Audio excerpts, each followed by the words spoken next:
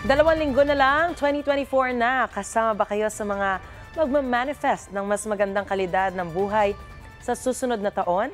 Ang pananaw ng ating mga kababayan alamin sa unang balita live ni Bam Alegre. Bam, ikaw muna. Ano minamanifest mo? Well, hopeful always.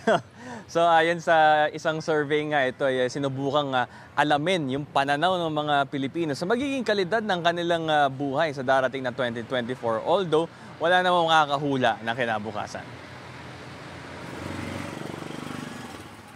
Nagpapasalamat si Perla Turla na kahit papaano bumabalik ang sigla ng kanyang pagtitinda sa Divisoria.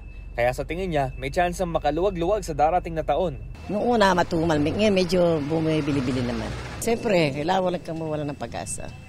Ang pananaw ni Perla, kapareho ng 48% ng 1,200 na mga Pilipino na sumailalim sa SWS survey.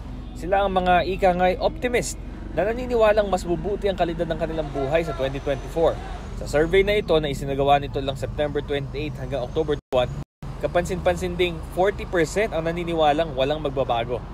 Kapareho yan ang pananaw ni Ronald Medina na nagtitinda pa man din ng mga makukulay na Christmas items sa Divisoria, Maynila. Parang kulang daw sa kulay ang buhay, kaya same-same lang. Ayaw lang daw niyang umasa na bubuti ng kusa ang buhay, kundi dinadaan sa sipag para maitawid ang araw-araw. Di na siguro. Wala nang pagbabago to. Kasi ngayon mahirap na. Lalo pa kaya sa susunod na taon pa. 6% naman ng SWS survey ang nagsabing hihirap palalo ang buhay. Ito rin ang nakikinita ng street sweeper na si Junjun Asuke. Lalo pong nagmamahal po yung mga bilihin sa ngayon. Pero ganun pa rin, lalo pong lumalala yata ang sitwasyon kasi nagmamahal yung bigas. Kung ang e-trike driver na si Alex Abrique ang tatanungin, dapat hila natin ang buntot natin at tayo ang gagawa ng ating tadhana. Kasi nasa atin yan, diskarte lang. Sipag-tiyaga lang yan. Hindi natin yung papabayaan kasi may mga pamilya tayo.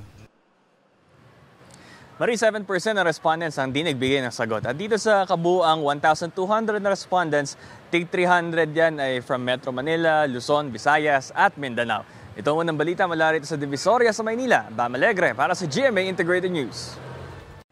Mga kapuso, para una ka sa mga balita, mag-subscribe sa GMA Integrated News sa YouTube. Sa mga kapuso abroad, subaybayan niyo po kami sa GMA Pinoy TV at sa www.gmanews.tv.